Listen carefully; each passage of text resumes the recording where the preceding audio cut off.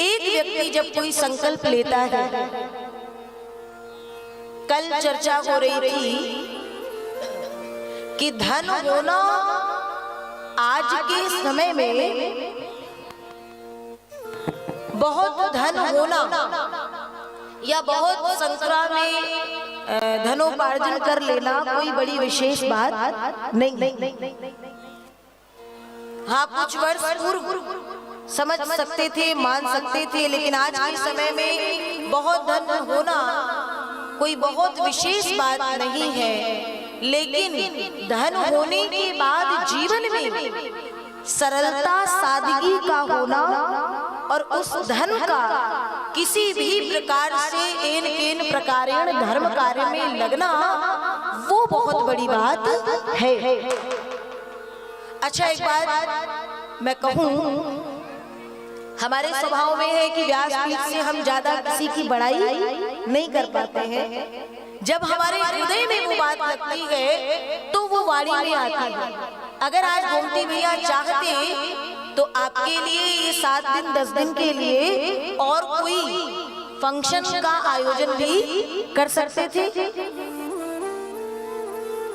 लेकिन एक बात बताइए, भागवत जी के आयोजन के बाद क्या केवल उनका परिवार या केवल उनके कुटुंबी जन, जहाँ जहाँ तक ये भागवत की शब्द, भागवत की वाणी जा रही है, जिनके जिनके श्रवणों तक पहुँच रही है, उनका जीवन अपने आप धन्य हो जा रहा है। इस कथा के बाद में केवल आपने लिया क्या? तो इस आयोजन के बाद, इस यज्ञ के बाद जब जाइएगा तो इतनी ही जरूरी नहीं है कि आपके चरण चल करके वृंदावन पहुँचे। जरूरी नहीं है कि आपके चरण चल करके अयोध्या की धरा तक जाएं, काशी विश्वनाथ तक जाएं, नहीं। कर्म तेरे अच्छे हैं तो किस्मत तेरी दासी है। कर्म तेरे अच्छे है तो किस्मत तेरी दासी है। दिल तेरा अगर साफ है बंदे तो तेरे घट में ही मथुरा काशी है, कहीं जाने की आवश्यकता नहीं।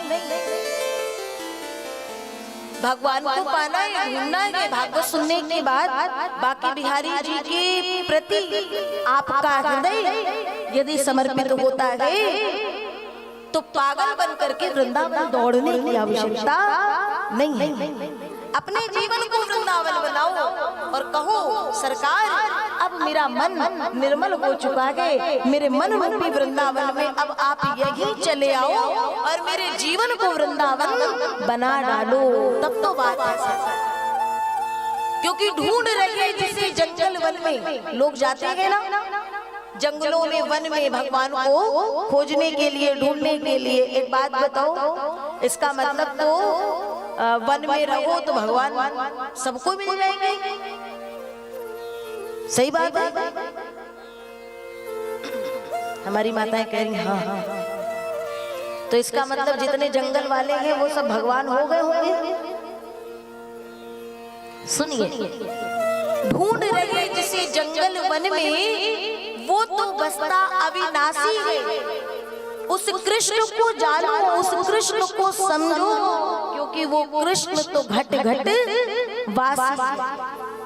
वन में हिरनी, जल में मेढक। लोग कहते ना गंगा स्नान कर लो। एक बार हमारी कथा हो रही थी दिल्ली के पास, तो कुछ भाई मिलने आए तो उन्होंने कहा, बहन जी देखिए, हम लोग वर्ष भर जो भी कार्य करते हैं उसमें बहुत से कुछ पाप हो जाते हैं, कुछ दोष हो जाते हैं। तो मैंने कहा उनके लिए क्या करते हैं फिर? तो बोले वर्ष में हमारे यहाँ से न वृंदावन दूर है ना हरिद्वार दूर है, तो वर्ष के आखिरी में, अंतिम में हम हरिद्वार में जाके डुबकी लगा लेते गंगा और अपने सारे पाप गंगा जी को दे आते हैं। तो एक बात बताओ जरा, गंगा में स्नान करने से माना पाप धोते हैं, लेकिन अगर ऐसा हर व्यक्ति समझ ले और गंगा जी इतने सस्ते में सबके पापों को धो दे, तो हमारे आपसे पहले प्रतिपल जो गंगा में वो जीव, मेढक इत्यादि हैं, हमसे पहले तो उनके पाप धुलने चाहिए। तो वर में गिरनी जल में मेढक सदियों से बसते आए, वन में रहने जल में नहाने से कोई मुक्ति ना पाए। फिर क्यों जोगी जंगल तीर्थ जावे, मथुरा काशी है उस कृष्ण को जानो, उस राम को समझो, क्योंकि वो राम तो घट घट वासी है। तुम्हें कहीं जाने की आवश्यकता नहीं है। बड़े प्रेम से भाव से अपने जीवन के हर कार्य को करते हुए राधे कृष्ण कृष्ण कृष्ण राधे राधे जपते रहो। फिर क्या होगा बताइए? आपको नहीं, भगवान को स्वयं आपके पास आना पड़ेगा। एक हठी भक्त भगवान को पुकारता है और कहता है, 4 पंक्तियां उसने कही भगवान से, कन्हैया को एक रोज रो कर पुकारा,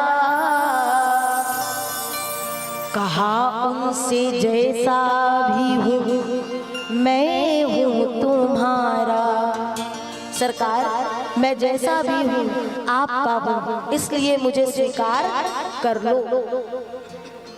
उस भक्त ने ऐसे लिखा जैसे भगवान उसके सामने खड़े हो और वो भगवान से वार्ता कर रहा है, भगवान से बातें कर रहा है। सुनिए, कन्हैया को एक रोज रोकर पुकारा, कहा उनसे जैसा भी हूँ मैं हूँ तुम्हारा।